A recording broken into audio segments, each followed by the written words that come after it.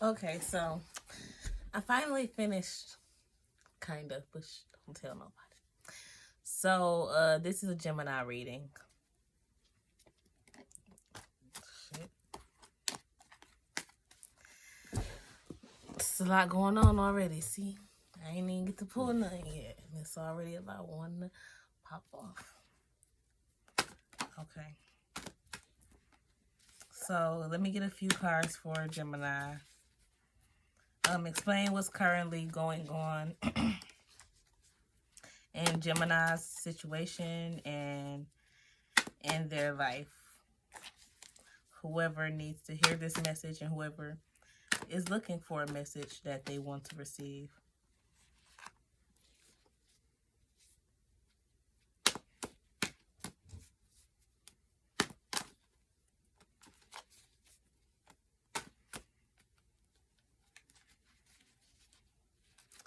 Okay, so I guess that's all for Gemini right now.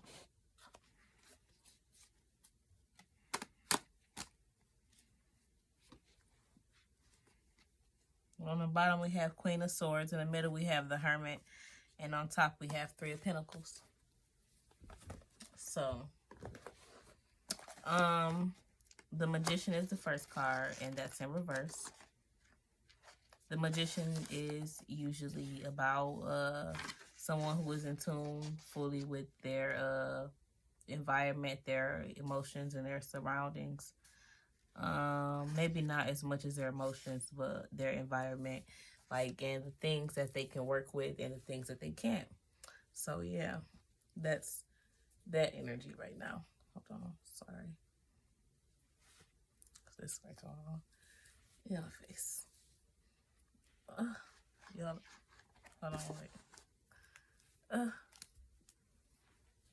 There we go. Oh, I gotta do some Duolingo today. It's popping up on my stuff. Yeah.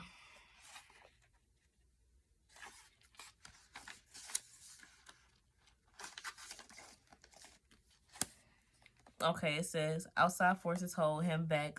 He is unable to channel his energy. He is distracted or blinded by other things. You may find when you draw this card that the block that you are experiencing is within yourself. This card urges you to look outside as well as within yourself to find what unforeseen force is holding you back and keeping you from moving forward. As an individual, this card represents someone who has found themselves in a rut of life. This person shows all the signs and promise of success, yet they linger in the same spot for weeks to months. This person is often blinded by what holds them back and can become self-loathing and destructive if they focus on it for too long. In situations, this card brings to light a block in the flow of any project or relationship. Sometimes the block may be an external influence, and other times the block can come from within the project or relationship. Either way, the hindrance needs to be identified and addressed in order to overcome the situation. Yeah. So we have Seven of Cups as well.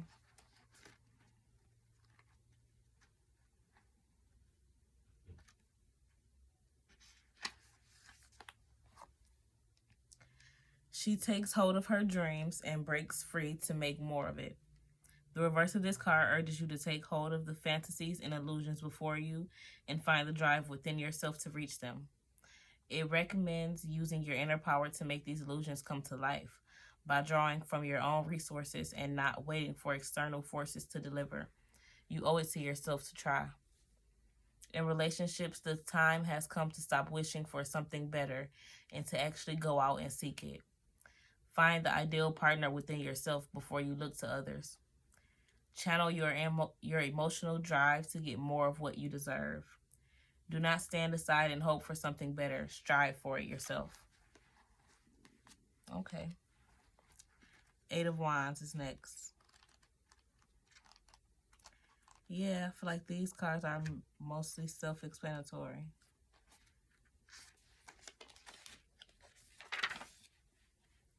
They move through the skies with hesitation. They keep their own counsel close and their eyes watchful. The reverse of this card, yeah, all three of these cards, well, four of them are reversed. The reverse of this card warns against moving through with any great speed. Movement is still advised to get to your final destination, but hesitation and caution is advised. The path may be dogged or dodged. I don't know which one it is, with difficulties and bumps, and caution may save you from facing them. Be aware of your limitations, but push to achieve your goals. The atmosphere surrounding your current situation should be observed for impediments or blocks. Sometimes these may manifest in strikes, demonstrations, or natural disasters that you may not be able to overcome. Persevere and move forward or around. This card also warns of stepping too quickly into arrangements and contracts. So allow time to deal with the natural path of things. Okay. That's a good card. I can really relate to that. Be patient when it's getting real out here in the field. You gotta be patient with what you're jumping into. And let it slow roll it. Take your time. 559, take your time. Like, it's not saying like don't jump in a situation, but 609. But once if you jumping in something, just slowly go in there. Don't just rush in like a fucking storm. When I ain't gonna say a storm, because storms even come slowly. 629, storms come slowly. So don't just rush in like I don't even know what, but just don't just like an animal that you are, we are 639, but don't just run in like the animal that you know that you are. Just take your time, like nature, like earth. Be still and be patient and flow like water. And blow like the air, move like the wind. Just, yeah. Okay, so 10 of Wands. He realizes that he has taken on too much of a task and he breaks the wands out of formation. The reverse of this card warns of burdening yourself too much. The stress that you feel from carrying too much will wear you down emotionally and physically. It suggests not letting this continue for too long, as it may cause more damage in the long run. In situations, this card represents tasks and commitments that at the moment may be too much to handle. Perhaps you have spread yourself too thin. 4 of Cups is last. That's the last card.